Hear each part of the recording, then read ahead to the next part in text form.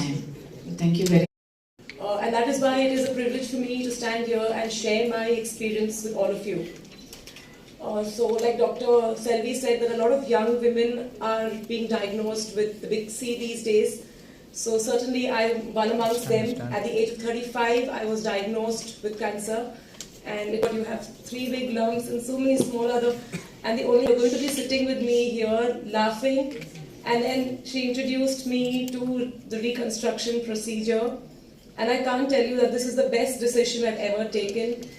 Because I remember telling her that I don't want this to be coming in the way of my life. I told her I don't want to wake up every day looking at myself in the mirror and thinking of what cancer has taken away from me.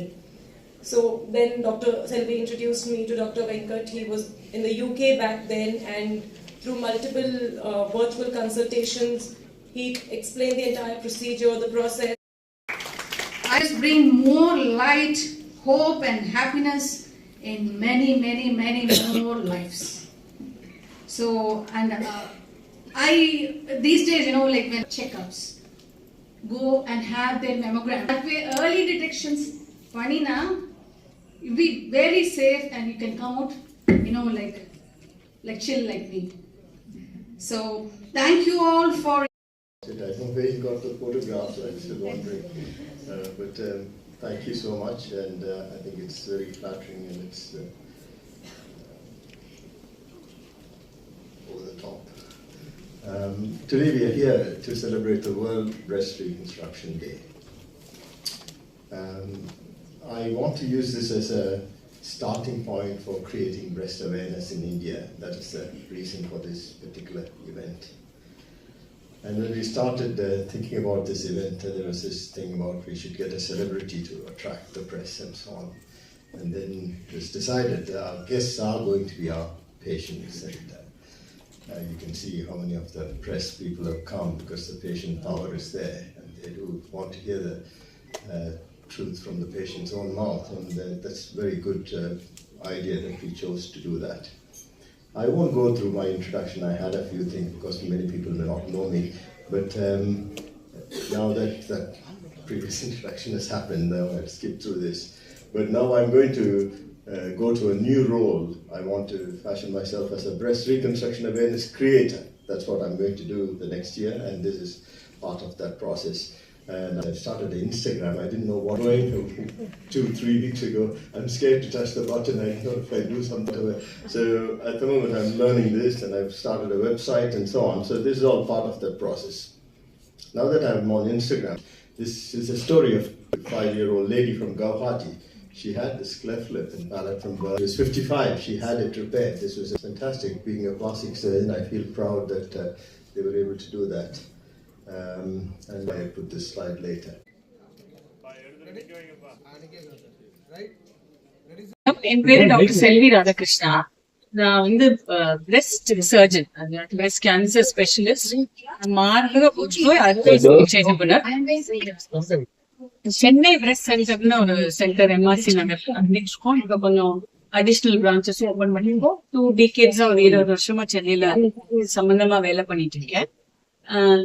October பாத்தீங்கன்னா பொதுவா உலகம் பூரா வந்து breast cancer awareness மந்த்னு இதை பத்தி ஒரு விழிப்புணர்ச்சி ஏற்படுத்தணும், மக்களுக்கு வந்து பிரெஸ்ட் கேன்சர் பத்தி தெரியப்படுத்தணும் அப்படிங்கிறதுக்காக இந்த பிரெஸ்ட் கேன்சர் அவேர்னஸ் மந்த்னு கொண்டு வந்தது. இந்த அக்டோபர் மாசம் முழுக்கவே அது பிங்க் கலர், பிங்க் ரிப்பன்லாம் வந்து ஒரு சிம்பிள் மாதிரி, ஒரு பிளாக் மாதிரி இந்த பிரெஸ்ட் கேன்சரை பத்தி பேசும்போதெல்லாம் இதெல்லாம் வந்து சொல்லுவோம். இதுல இன்னைக்கு பர்டிகுலரா என்ன விசேஷம் பாத்தீங்கன்னா, அக்டோபர் 15 வந்து ரீகன்ஸ்ட்ரக்ஷன் அவேர்னஸ் டே. அதாவது நம்ம பிரெஸ்ட் வந்து கேன்சருக்காக என்ன பண்ணிடுவோம், ஆபரேஷன் பண்ணி சில சமயம் பிரெஸ்ட் எடுக்க வேண்டிய சூழ்நிலை வந்துருது, மாஸ்டெக்டமின்ற ஆபரேஷன். அது எடுத்துட்டோம் அப்படின்னா அது வந்து ஒரு அப்பியரன்ஸ்ல ஒரு குறைபாடு இருக்கு.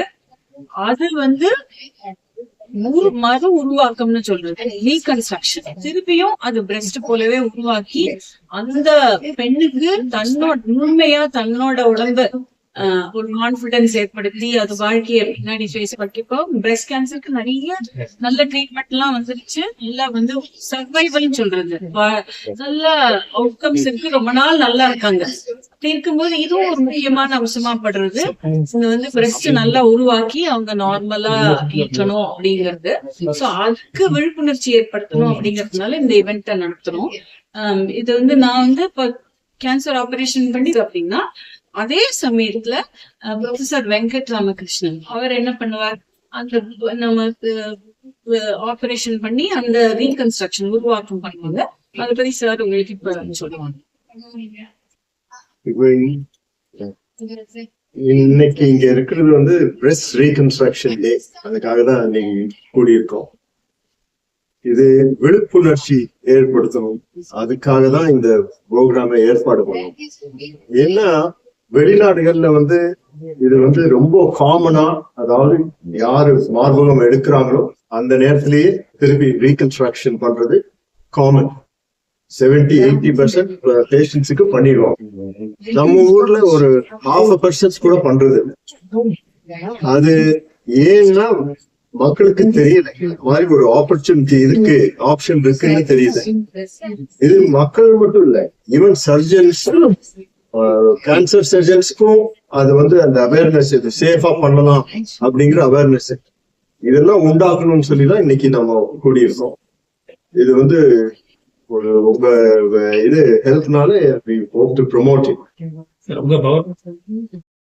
காஸ்மெட்டிக் அப்படின்னு ஒரு தப்பான ஒரு அபிப்பிராயம் இருக்கு. அது வந்து ஏன்னா அது பிரஸ்ட் யூஸ்வலா காஸ்மெட்டிக் சர்ஜரி பண்ணுவாங்க, அது வந்து கன்ஃபியூஷன் பண்ணிடுறாங்க. பட் ஆனால் இது வந்து ஒரு டிஃபார்மிட்டி, அது ஒரு ஊனம் அப்படின்னு ஒரு ஒப்பீனியன் உண்டாக்கணும். ஏன்னா நம்ம பார்க்காததுனால அது வந்து ஒன்றும் ப்ராப்ளம் இல்லை லேடிக்குன்னு நம்ம நினைக்கக்கூடாது. அதுதான் நான் சொல்றேன். Can a woman have a childbirth? They can have normal childbirth after many people of ours reconstruction from they go ahead pregnancy on the children. But of course breastfeeding பண்ண முடியாது. It is made of fat, not of breast tissue. மற்ற உறுப்புகளுக்கு பரவிச்சுங்கிறப்போ அது ப்ரையாரிட்டியா போயிடுது. என்ன இப்போ வந்து breast வந்து அது உயிருக்கு அத்தியாவசியமான உறுப்பு இல்லை. ஆனா கல்லீரலோ நுரையீரலோ இல்லை மூளையிலையோ பாதிச்சுன்னா அது உயிருக்கு அத்தியாவசியம்.